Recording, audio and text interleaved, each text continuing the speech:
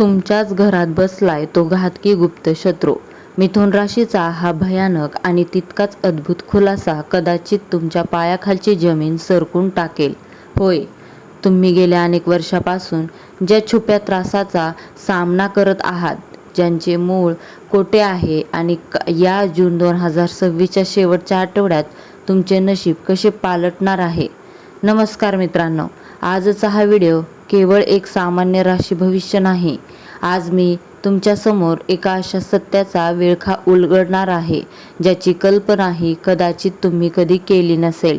तुम्हाला कधी असं वाटतं का हो की एवढं सगळं काही ठीक चाललेलं असताना अचानक घात व्हावा. तुम्ही कोणाचंच वाईट इच्छित नाही, तरीही तुमच्याच पाठीत खंजीर खुपसला जातो. आज मी मिथुन राशीच्या जातकांबद्दल एक असं भयानक सत्य सांगणार आहे जे ऐकून तुमच्या अंगावर काटा आल्याशिवाय राहणार नाही. तुमच्याच घरात, तुमच्याच अत्यंत जवळ एक असा गुप्त शत्रू बसला आहे जो तुमच्या हसऱ्या संसाराला, तुमच्या करिअरला आणि तुमच्या मानसिक शांततेला वाळवीसारखा पोखरतोय. कोण आहे हा शत्रू? तो तुमच्याच घरात का राहतोय आणि तो तुम्हाला कसा उद्ध्वस्त करतोय हे मी आज पुराव्यानिशी सिद्ध करणार आहे. पण थांबा, हा गुप्त शत्रू नेमका कोण आहे आणि त्याला कसं ओळखायचं हे सांगण्यापूर्वी मला तुम्हाला एक अत्यंत महत्त्वाची गोष्ट विचारायची आहे. तुम्ही गेल्या अनेक वर्षापासून जो नरक यातनांसारखा त्रास सहन करत आहे तो नेमका का होतोय याचं उत्तर या शत्रूच्या ओळखीमध्ये दडलेलं आहे. आणि हो, हा शत्रू तुमच्या घरातून कसा बाहेर काढायचा यावरचा एक असा जालीम उपाय मी या व्हिडिओच्या अगदी शेवटी सांगणार आहे, जो आजपर्यंत तुम्हाला कोणत्याही ज्योतिषाने सांगितला नसेल. त्यामुळे जर तुम्ही या चक्रव्यूहातून कायमचं बाहेर पडू इच्छित असाल तर आत्ताच्या आत्ता आपल्या स्वामी समर्थ कृपा राशी भविष्य या चॅनलला सबस्क्राईब करा, कारण या शत्रूचा नाश करणारा तो महाउपाय मी शेवटीच सांगणार आहे, जेणेकरून कोणतीही महत्त्वाची पायरी तुमच्याकडून सुटणार नाही आणि तुमच्या आयुष्यातील हा अंधार कायमचा दूर होईल. चला तर मग डोळे कान उघडे ठेवा आणि हा रहस्यमय प्रवासासाठी तयार व्हा. मित्रांनो, मिथुन राशीच्या लोकांचं आयुष्य म्हणजे वरून पाहताना अत्यंत हुशार, हसरं आणि चपळ दिसतं. पण या हसऱ्या चेहऱ्यामागे किती आसवं दडलेली आहेत हे फक्त मिथुन राशीचा जातक आणि त्याचा देवच जाणे. मिथुन राशीच्या लोकांनो, मला माहीत आहे तुम्ही गेल्या काही काळात काय सहन केलंय. आज मी तुमचं ते दुःख जगासमोर मांडणार आहे. विश्वासघाताची मालिका. तुम्ही ज्या व्यक्तीला जीवापाड जपलं, ज्याला कठीण काळात आर्थिक आणि मानसिक मदत केली, त्याच व्यक्तीने तुमच्या कठीण काळात तुमच्याकडे पाठ फिरवली. तुमच्या चांगुलपणाचा लोकांनी केवळ एक वापर करायची वस्तू म्हणून उपयोग केला. दुसरं, कष्टाचं क्रेडिट न मिळणं. नोकरी असो, व्यवसाय असो किंवा घरगुती काम, रात्रंदिवस रक्त आटवून तुम्ही काम करता, पण जेव्हा कौतुकाची वेळ येते तेव्हा त्यांचं क्रेडिट भलतीच व्यक्ती घेऊन जाते. तुम्हाला मिळतं ते फक्त उपेक्षेचं गाठोडं, आर्थिक कोंडी आणि पैशाचा अपव्यय.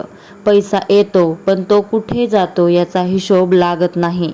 अचानक मोठी औषधोपचार किंवा नको असणारे खर्च उद्भवतात आणि हातातली पुंजी संपून जाते.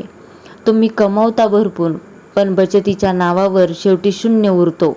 मानसिक एकटेपणा. गर्दीत राहूनही तुम्ही आतून प्रचंड एकटे आहात. तुमच्या मनातल्या भावना, तुमची घुसमट समजून घेणारं या जगात कोणीच नाही, अशी भावना तुमच्या मनात घर करून बसली आहे. रात्री उशिरापर्यंत छताकडे बघत विचार करत राहणं हा तुमचा नित्यक्रम झाला आहे. घरातील कटकटी आणि विनाकारण वाद. बाहेरून आल्यावर घरात शांतता मिळावी अशी प्रत्येकाची इच्छा असते, पण त्याच्या नशिबात घरात पाऊल ठेवताच नकारात्मकता, चिडचिड आणि विनाकारण होणारे वाद लिहून ठेवल्यासारखे झाले आहेत. हा सगळा त्रास तुम्ही सहन करत आहात, पण हा त्रास ग्रहमान खराब असल्यामुळे नाहीये, तर त्या एका विशिष्ट शक्तीमुळे आहे जी तुमच्या आसपास वावरत आहे. आता आपण थोडं शास्त्रीय पातळीवर येऊयात. मिथुन राशीचा स्वामी बुध आहे. बुध हा बुद्धीचा, वाणीचा आणि चातुर्याचा कारक आहे. पण याच बुधाच्या काही विशिष्ट स्थितीमुळे आणि तुमच्या कुंडलीतील दोषामुळे हा गुप्त शत्रू तुमच्यावर हावी होतो. बुध राहू आणि बुध केतू युती, जडत्व योग. जर तुमच्या कुंडलीत बुधासोबत राहू आणि केतू बसला असेल तर तुमची बुद्धी भ्रमित होते. तुम्ही चुकीच्या माणसांवर अतिविश्वास ठेवता आणि योग्य माणसांना ओळखायला चुकता. षष्टम भावातील बिघाड. 6वा भाव हा शत्रू, रोग आणि कर्जाचा असतो. मिथुन राशीच्या 6व्या भावात वृश्चिक रास येते, ज्याचा स्वामी मंगळ आहे. मंगळ आणि बुध यांच्यात शत्रुत्व आहे. यामुळेच मिथुन राशीला गुप्त शत्रूंचा आणि पाठीमागून होणाऱ्या वारांचा त्रास आयुष्यभर सहन करावा लागतो. अतिसंवेदनशीलतेचा दोष. तुम्ही मनाने अत्यंत हळवे आहात. कोणी गोड बोललं की तुम्ही वितळता. हाच तुमचा सर्वात मोठा दोष आहे, ज्याचा फायदा तुमचे शत्रू घेतात. आता त्या मुख्य प्रश्नाकडे वळूया, ज्याने तुम्हाला विचार करायला भाग पाडला आहे. तुमच्याच घरात बसलेला तो गुप्त शत्रू कोण आहे? मित्रांनो, जेव्हा मी घरात बसलेला शत्रू म्हणतो तेव्हा त्याचा अर्थ फक्त रक्ताचे नातेवाईक असाच नाही. ज्योतिषशास्त्राच्या आणि मानसोपचाराच्या गहन अभ्यासानंतर जे सत्य समोर आले आहे ते 2 रूपात विभागलेलं आहे. पहिलं रूप आहे आपला मुखवटा घातलेला बाहेरील किंवा घरातील जवळचा व्यक्ती.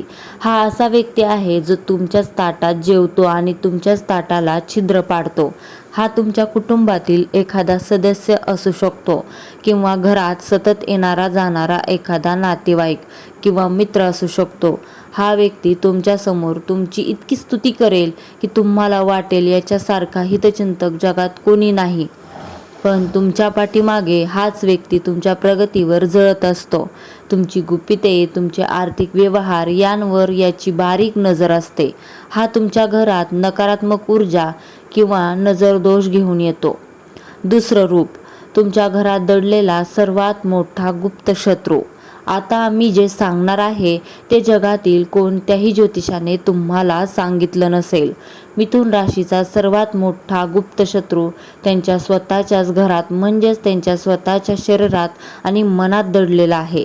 तो शत्रू म्हणजे अतिविचार आणि अतिविश्वास. मिथुन राशीचे लोक स्वतःच्याच घरात बसून इतका अतिविचार करतात की ज्या समस्या अस्तित्वातच नाहीयेत त्या निर्माण करतात. हा अतिविचार तुमची ऊर्जा शोषून घेतो. आणि दुसरा शत्रू म्हणजे तुमची जीभ. तुम्ही भावनेच्या भरात घरातील किंवा मनातील सर्व गुपिते समोरच्या व्यक्तीला सांगत टाकता.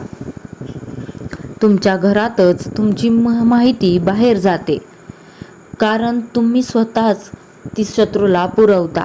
आता तुम्हाला वाटेल, आम्ही या शत्रूला ओळखायचं कसं? डोळे उघडा आणि तुमच्या आजूबाजूला या 5 लक्षणांचा शोध घ्या. चोरटी नजर आणि खोटं कौतुक. जेव्हा तुम्हाला एखादं यश मिळतं तेव्हा हा व्यक्ती तोंडातून अभिनंदन तर म्हणतो, पण त्याच्या डोळ्यात आणि चेहऱ्यावरचा रंग उडालेला असतो. त्याचे हास्य कृत्रिम असते. सल्ले देण्याचा अतिरेक.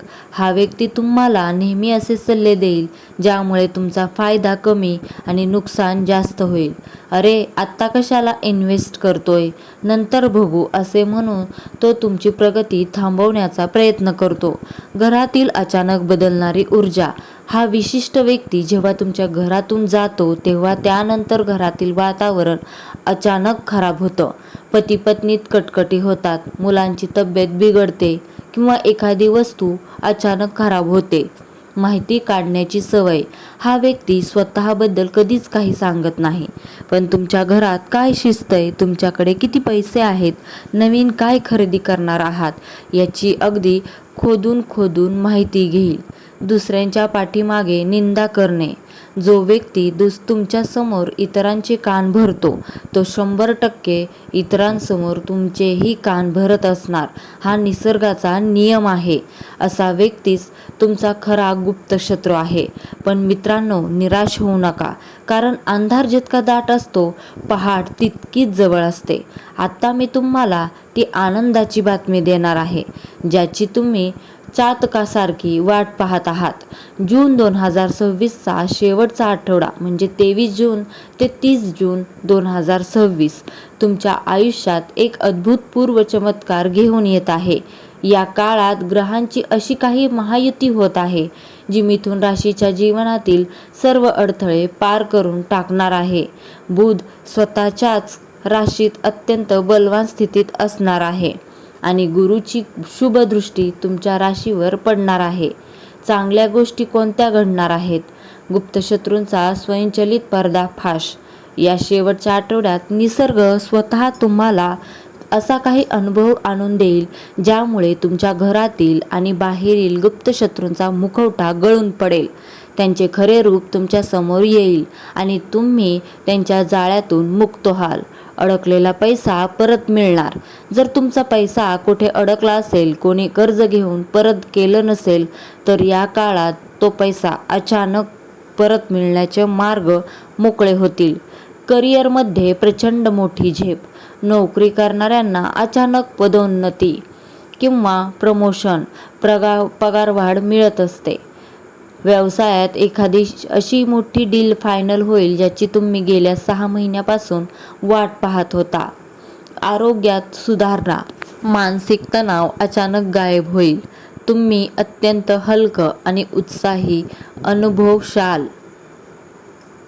दीर्घ आजारातून सुटका होईल. हा काळ सर्वोत्तम काळ ठरेल, कारण या काळात मिथुन राशीच्या जातकांची निर्णय क्षमता कमालीची वाढणार आहे. तुम्ही भावनेच्या भरात वाहून न जाता प्रॅक्टिकल निर्णय घ्याल. शत्रू तुमच्या विरुद्ध जे षडयंत्र रचत आहे ते तुमच्यावरच उलटणार आहे. हा काळ म्हणजे तुमच्यासाठी विजयाचा काळ असेल.